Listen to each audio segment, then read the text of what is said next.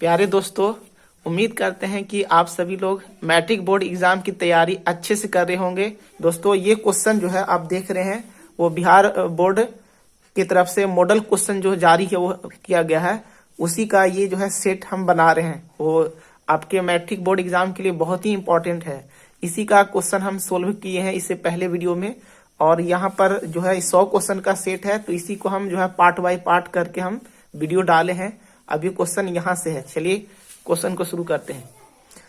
यहाँ एक्स अक्ष पर सभी बिंदुओं का कोटि होता है, एक्स अक्ष पे वाई का वैल्यू 0 होता है, तो ये 0 हो गया।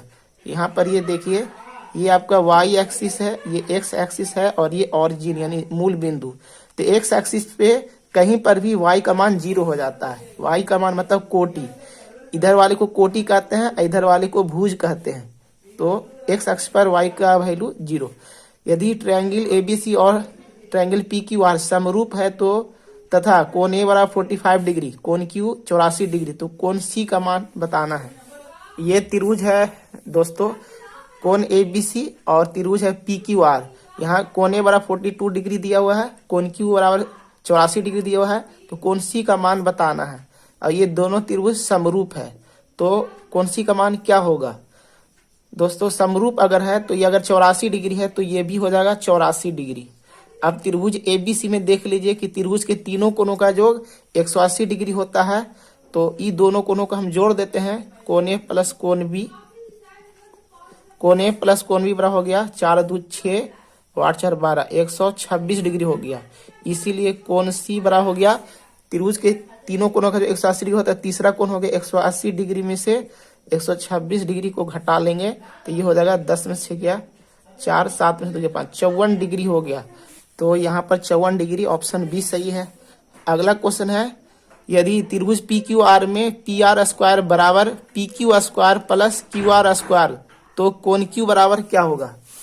दोस्तों, क्वेश्चन कह रहा है त्रिभुज पी क्यू आर में पी आर स्क्वायर बराबर P Q square plus Q R square. इसका मतलब त्रिभुज पी क्यू आर एक समकोण त्रिभुज है जिसमें पी आर एक कर्ण है, कोण क्यू समकोण है। कोण क्यू के सामने की भुजा को कर्ण कहते हैं। तो क्वेश्चन के अनुसार कोण क्यू का मान हो जाएगा कोण क्यू बराबर 90 डिग्री।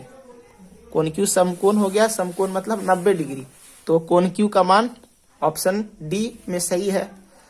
क्वेश्चन 73, यदि त्रिभुज एबीसी एक समबाहु त्रिभुज है जैसे एडी परपेंडिकुलर टू बीसी, तो एडी स्क्वायर का मान क्या होगा? एडी स्क्वायर का वैल्यू पूछ रहा है, एडी स्क्वायर बराबर क्या होगा क्वेश्चन के अंत में? तो यहाँ पर एडी त्रिभुज ए डी सी एक समकोण त्रिभुज है, तो इसमें हम देखते हैं कि ये त्रिभुज एबीसी एक समबाहु त्रिभुज है। त्रिभुज एबीसी एक समबाहु त्रिभुज है। अगर ये भुजा एक्स है, ये एक्स है, तो ये भी पूरा एक्स होगा, पूरा बीसी भुजा भी एक्स होगा। ए बी बराबर बीसी बराबर ए सी, ये सब एक्स एक्स हो जाएगा। तो अब यहाँ पर हमको एडी निकालना है, तो अगर ये समबाहु त्रिभुज है तो एडी हम लंब डालेंगे तो बीडी और डीसी दोनों बराबर हो जाएगा। बीडी और डीसी बराबर हो गया, तो समकोण त्रिभुज ए डी सी में देखते हैं। इसमें करेंगे तो इस समकोण त्रिभुज में देखेंगे तो कर्ण आपका हो गया ए सी स्क्वायर, ए सी स्क्वायर बराबर होगा A D square plus D C square. हमसे क्वेश्चन मांग रहा है किसका वैल्यू? एडी का वैल्यू मांग रहा है, तो एडी स्क्वायर बराबर हो जाएगा ए सी का स्क्वायर माइनस डी सी का स्क्वायर। एडी स्क्वायर बराबर ए सी का मान कितना आया? ए सी का मान है एक्स स्क्वायर माइनस,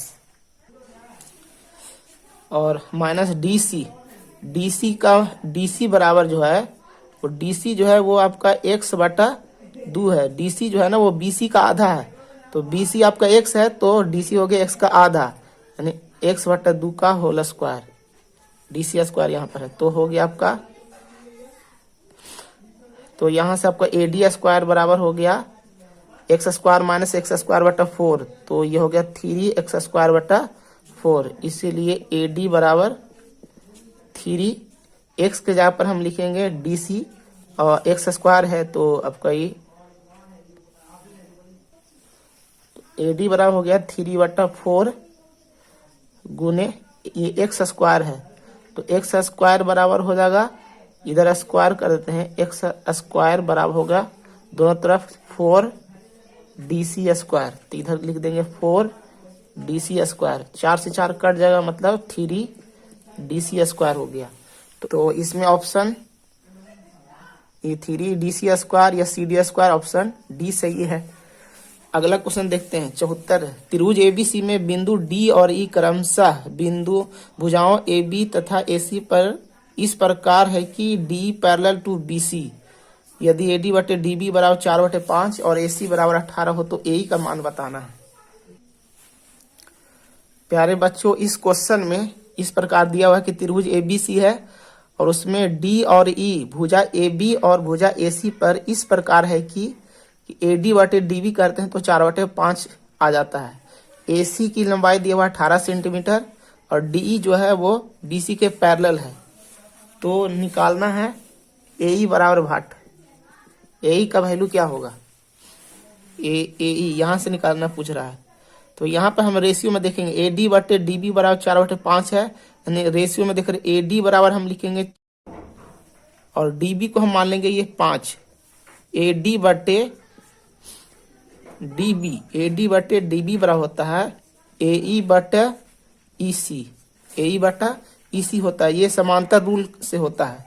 तो AD बटे DB तो क्वेश्चन में दिया हुआ है 4/5 और AE आपसे पूछा जा रहा है AE बटे EC को लिख सकते हैं समुच्चय AC में से अगर AE को हम घटा लेंगे, है ना, समुच्चय AC है, समुच्चय AC हो गया, AC में से अगर हम AE घटा लेंगे तो ये आपका EC रह जाएगा, बच जाएगा, और EC का वैल्यू ही यहाँ पर लिख दिए हैं। तो यहाँ पर देखिए AE को AE ही लिख दिए, AC का मान दे दिया क्वेश्चन में 18 माइनस AE है। अब 3 से गुना कर देंगे, 18 को 4 से गुना कर 18 4 माइनस 4 AE बराबर 5 AE, तो यहाँ से आपका हो गया ये -4 AE इधर है, इधर चला जाएगा तो +4 AE हो गया, इधर 72 बराबर 5 4 9 AE, इसीलिए AE बराबर हो गया 72/9 बराबर 9×72 सेंटीमीटर, 8 सेंटीमीटर। इसमें ऑप्शन ए सही है। अगला क्वेश्चन है समद्विबाहु समकोण त्रिभुज में प्रत्येक न्यून कोण की माप होगी। समकोण त्रिभुज में तो एक कोण तो 90 डिग्री तो हो गया, अब बाकी दो कोणों का योग भी 90 डिग्री होगा तभी तो एक त्रिभुज बनेगा। तो समद्विबाहु समकोण त्रिभुज बोल रहा है, इसका मतलब यह कि बाकी के जो दो न्यून कोण है वो भी बराबर है ना। तो प्रत्येक न्यून कोण की माप हो जाएगा 45 डिग्री। दो समरूप त्रिभुजों की संगत ऊंचाइयां 7 सेंटीमीटर और 10 सेंटीमीटर हैं, तो उनके क्षेत्रफलों का अनुपात होगा, ऊंचाइयां दिया हुआ है, उनके क्षेत्रफल का जो अनुपात होगा वो उनके ऊंचाइयों के वर्गों का अनुपात हो जाएगा। तो इनकी ऊंचाइयों का वर्ग हो जाएगा 7 का स्क्वायर और बटे 10 का स्क्वायर, मतलब 7 से 49:100 ऑप्शन ए सही है। 4.5 सेंटीमीटर त्रिज्या वाले किसी वृत्त पर खींची गई दो समांतर स्पर्श रेखाओं के बीच की दूरी होगी। यहाँ पर इसको ऐसे बता सकते हैं, छोटे से एरिया में हम बताते हैं। 4.5 इसका ये एक वृत्त है जिसका केंद्र में केंद्र बिंदु ये है, और एक त्रिज्या यहाँ से यहाँ हो गया और दूसरा त्रिज्या यहाँ से यहाँ हो गया, यानी इसकी कुल लंबाई कितना हो गया 4.5 दोनों को जोड़ देंगे तो हो जाएगा 9 सेंटीमीटर इसका इस वृत्त का व्यास हो गया। तो स्पर्श रेखा एक इस ऊपर में स्पर्श रेखा एक ये हो गया, एक स्पर्श ये रेखा ये हो गया, तो इसके बीच की दूरी क्या होगा, यही तो होगा, इस वृत्त का व्यास होगा, जो वृत्त का व्यास 9 सेंटीमीटर, ऑप्शन सी सही है। किसी बाह्य बिंदु से वृत्त पर कितनी स्पर्श रेखाएं खींची जा सकती है। कोई बाह्य बिंदु, जैसे एक त्रिभुज ले लिए, एक बाहर का एक बिंदु ये है, तो बाह्य बिंदु से इस बिंदु से इस वृत्त पर एक स्पर्श रेखा खींच लिए इधर की तरफ, एक इधर की तरफ खींचाएगा, केवल 2 ही स्पर्श रेखाएं खींची जा सकती हैं, तो ऑप्शन ए सही हो गया। अगला क्वेश्चन, यदि ओ केंद्र वाले वृत्त पर PA तथा PB दो स्पर्श रेखाएं इस प्रकार हैं कि कोण APB 50 डिग्री, तो कोण AOB की मान क्या होगा। कोण ए पी बी 50। यहाँ पर देखिए ये एक वृत्त है, इसका केंद्र ओ, क्वेश्चन बोल दिया कि एक इसका केंद्र ओ है। अब पी ए और पी बी यानी कि बाहर से एक पी बिंदु है जिससे इस वृत्त पर दो स्पर्श रेखाएं खींची गई हैं, एक पी ए है और एक पी बी है। क्वेश्चन बोल रहा है कोण A P B 50 degree, A P B यानी ये कोण 50 डिग्री है। तो कोण ए ओ बी की माप बतानी, ए ओ बी यानी ये वाला कोण की माप बताइए। दोस्तों ये दोनों कोण मिला करके 180 डिग्री हो जाता है। तो ये अगर 50 डिग्री है कोण पी, तो ये वाला कोण ए ओ बी हो जाएगा 130 डिग्री। ऑप्शन डी सही है। अगला क्वेश्चन है, दी गई आकृति में बिंदु ओ वृत्त का केंद्र है तथा कोण ए ओ बी 30 डिग्री है, तो कोण ओ बी ए का मान है। इस चित्र में देखिए ओ वृत्त का केंद्र है और ओ ए और ओ बी वृत्त की त्रिज्या है, और यहाँ पर कोण 30 डिग्री का कोण बन रहा है वृत्त के केंद्र पर यहाँ पे। तो कोण ओ बी ए यानी ये कोण की माप आपसे पूछा जा रहा है। बच्चों वृत्त की सभी त्रिज्याएं समान होती है। आप ये भी त्रिभुज के ये प्रमेय से कि बराबर भुजा के सामने का कोण भी बराबर होते हैं। तो ये त्रिज्या और ये त्रिज्या दोनों तो बराबर है, तो ये दोनों भुजा बराबर है, तो दोनों भुजा के सामने का कोण भी समान होगा यानी बराबर होगा। तो ये कोण बराबर हो गया। और ये त्रिभुज ए बी ओ में चूंकि एक त्रिभुज है तो त्रिभुज के तीनों कोनों का जो 180 डिग्री है, तो ये तो 30 डिग्री है, बाकी दोनों कोण बराबर है। ये दोनों कोनों का जो कितना हो जाएगा, 180 में से 30 घटा देंगे तो हो गया 150। ये दोनों बराबर बराबर है तो 75 हो जाएगा। तो कोण ओ बी ए की माप हो जाएगा 75 डिग्री। ऑप्शन सी सही है। अब अगला क्वेश्चन देखिए, 8 सेंटीमीटर त्रिज्या वाले वृत्त के केंद्र से 17 सेंटीमीटर दूर स्थित एक बिंदु से वृत्त पर खींची गई स्पर्श रेखा की लंबाई होगी। यहाँ पर देखिए एक वृत्त पाड़ लिए, इसकी त्रिज्या जो है वो 8 सेंटीमीटर है।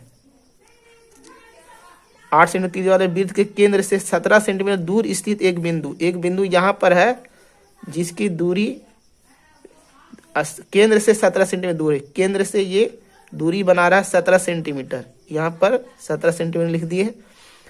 वृत्त पर खींची गई स्पर्श रेखा की लंबाई है, तो यहाँ से यह स्पर्श रेखा की लंबाई पूछ रहा है। तो ये तो आपका ये है समकोण बन गया। आपसे पूछा जा रहा है जैसे ये मान लिया ये पी है, ये ओ है और ये हो गया, तो ए पी की लंबाई पूछ रहा है यानी स्पर्श रेखा की लंबाई पूछ रहा है।